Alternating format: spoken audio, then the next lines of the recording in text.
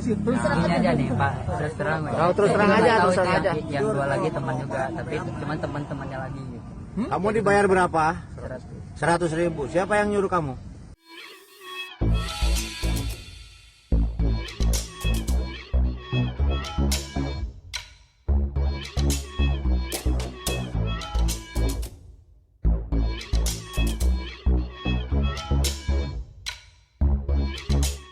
Tonton video ini sampai selesai agar Anda tidak gagal paham.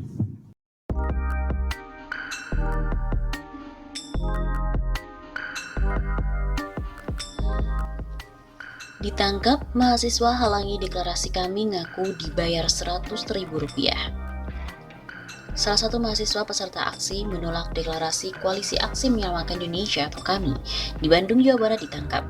Dalam sebuah rekaman video yang beredar di media sosial, mahasiswa berambut gondrong itu mengaku dibayar Rp100.000. Ia bersama dua temannya diajak untuk melakukan aksi menolak deklarasi KAMI di Bandung pada hari Senin 7 September kemarin. Gini aja nih Pak, saya terus terang aja, yang dua lagi teman, tapi temannya teman. Ucapnya saat diinterogasi sejumlah orang. Kamu dibayar berapa? Tanya orang yang menginterogasi. 100.000. Jawab pemuda yang mengaku sebagai mahasiswa Universitas Islam Bandung atau Unisba itu. Ketika ditanya siapa yang menyuruh untuk menghalangi deklarasi kami, mahasiswa itu sempat mengaku tidak tahu.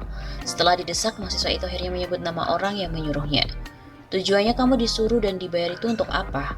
Tanya orang yang menginterogasi. Saya disuruh doang, nggak tahu apa-apa, kata mahasiswa berambut gondrong itu. Disuruh tapi tidak tahu tujuannya, kalau disuruh maling mau, kata seorang pria yang menginterogasi mahasiswa tersebut. Video pengakuan mahasiswa dibayar Rp100.000 untuk menghalangi deklarasi kami di Bandung ini dibagikan oleh akun Twitter @jokerkiller76.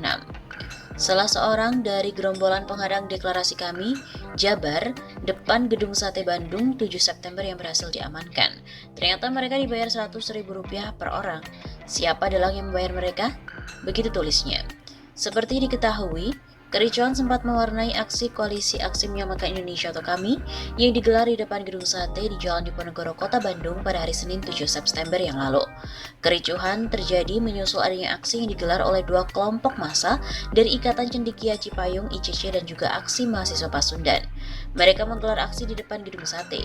Mereka hanya berjarak beberapa meter dari mobil komando KAMI. Kelompok ini menolak deklarasi KAMI. Awalnya, aksi ketiga kelompok itu berjalan lancar dengan pengawalan sejumlah petugas kepolisian. Masing-masing kelompok pun menyuarakan aspirasinya.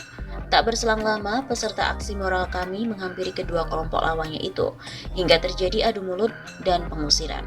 Mereka mengusir kedua kelompok itu karena dianggap mengganggu. Digelar di rumah, deklarasi kami Jabar dihadiri oleh Din Syamsuddin dan juga Gatot Nurmantio. Deklarasi Koalisi Aksi Menyelamatkan Indonesia KAMI Jawa Barat dilaksanakan di sebuah rumah Kota Bandung pada hari Senin 7 September. Din Syamsuddin, Gatot Nurmantio, dan juga Rahmat Wahab hadir dalam deklarasi tersebut. Ketua Pelaksana Deklarasi KAMI Jabar Hari Mulyana dalam sambutannya mengatakan deklarasi KAMI Jabar ini sempat berpindah tempat selama 2 kali. Awalnya banyak simpatisan yang ingin datang ke sini, tapi karena keterbatasan tempat akhirnya kami minta membatalkan ke Bandung. Tapi kami siapkan live streaming. Begitu kata Hari. Presidium KAMI Jawa Barat, Syafril Sofian mengakui jika pelaksanaan deklarasi seolah dipersulit dan alasan penolakan juga sempat dibuat-buat. Semua persyaratan telah diupayakan dipenuhi oleh panitia deklarasi yang diketuai Hari Mulyana. Namun selalu saja ada kejanggalan alasan sehingga meskipun pembayaran hotel telah dilunasi, tetap saja deklarasi tak bisa dilaksanakan. Aspek tuntutan hukum menjadi bahan pertimbangan panitia, ujar Sofian. Oleh karena itu, kami Jabar pun melakukan pemindahan lokasi deklarasi ke sebuah rumah di Kota Bandung dan kemudian akan dilanjutkan dengan gelar aksi di Gedung Sate. Rezim yang dirasakan berlaku tak adil dan menghambat kebebasan berserikat dan menyatakan pendapat. Kami adalah gerakan moral untuk kebaikan bangsa dan juga negara, bukan kekuatan destruktif, karena tidak layak untuk diperlakukan tidak adil atau objek dari penzaliman.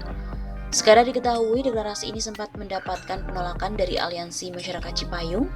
Mereka menilai adanya manuver politik yang mengancam pemerintahan dan juga rawan penyebaran COVID-19.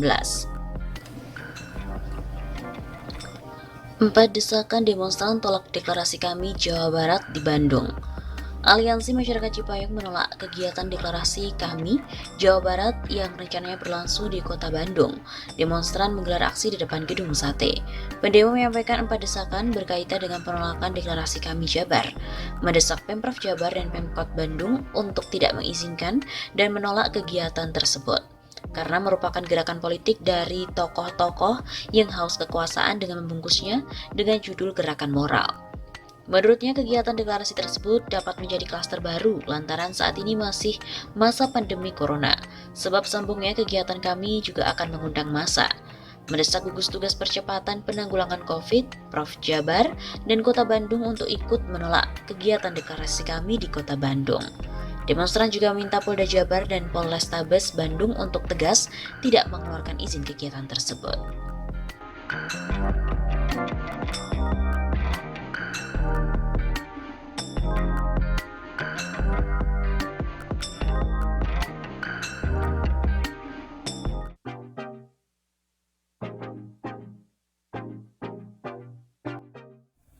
Tuan sedang ketar-ketir melihat kami. Kehadiran Koalisi Aksi Menyelamatkan Indonesia atau KAMI ternyata menggetarkan tirai belakang layar kekuasaan hingga ke jantung otoritas tertinggi. Sayangnya alih-alih bertindak sebagai the honor leader, malah memakai cara-cara film action, intrik-intrik politik yang terasa sudah usang. Kerahkan influencer dan tim buzzer, cangkokan, model komuniser, dengan menebar meme dan narasi fitnah. Pembusukan adalah metode daur ulang sampah otak jahat, akibat minimnya daya intelektualitas dalam perspektif demokrasi dan kebangsaan. Siapapun pelaku aktor di balik layar penyerangan moral kontra demokrasi ini dipastikan adalah pihak yang tidak ingin Indonesia berubah menjadi benar dalam langkahnya, kecuali hanya sesuai dengan kehendaknya. Mereka memang masih mencoba mendemonstrasikan kekuatan supernya di bidang penguasaan ruang media publik, media sosial, atas politik dan hukum. Intimidasi secara halus maupun kasat mata. Twitter Din Syamsuddin kena hack. Juga situs Tempo.co. Juga sempat diretas oleh influencer gelap. Kelompok di balik layar ini sesungguhnya dapat diduga sama dengan pelindung pelaku RUU HIP. Modus politik represif kekuasaannya pun sangat menonjol. Dubes Palestina sampai harus membuat klarifikasi tertulis yang narasinya mengindikasikan adanya komunikasi yang bernuansa kepanikan, mencerminkan kemunduran diplomatikan dari demokrasi Indonesia di mata para diplomat dan pengamat negara asing. Pasalnya, kehadiran Dubes negara sahabat bukan sebagai deklarator, tapi undangan terhormat. Jadi, para tuan-tuan yang ketar-ketir melihat kehadiran kami sudah terkena sindrom posesif di muka sebelum mempelajari lebih dahulu apa konten deklarasi dan maklumat kami itu. Kemungkinan analisis terdapat kegagalan besar dalam pengelolaan negara oleh tim pemerintahan Jokowi menjadi sangat menonjol bila dilihat dari cara mempertahankan kekuasaan yang tengah digenggam erat-erat itu. Daripada susah payah meminta bantuan tambahan influencer dan buzzer untuk mendestruktif kehadiran koalisi sadar bangsa bernama kami ini, lebih baik dana yang menurut ICW ini sebesar 90 miliar rupiah itu dan hasilnya hanya semakin memperburuk situasi persatuan dan kesatuan bangsa saja. Maka sebuah acara bertema solusi nasional dengan sejumlah panelis yang menghadirkan seluruh jajaran kabinet kerja tanpa kecuali berhadapan debat terbuka dengan tim dari kami. Barangkali cukup dengan 5 atau 3 nama, di antaranya tentu Din Syamsuddin, Rizal Ramli dan Rocky Gerung, juga Syah Ganda dan Refli Harun. Dan apapun hasil rangkuman panelis independen wajib dipublikasikan tanpa kecuali. Mungkin ini adalah cara terbaik dalam demokrasi Pancasila yang tengah menghadapi situasi tidak menentu akibat tata kelola berdasarkan selera dan bukan nalar logika.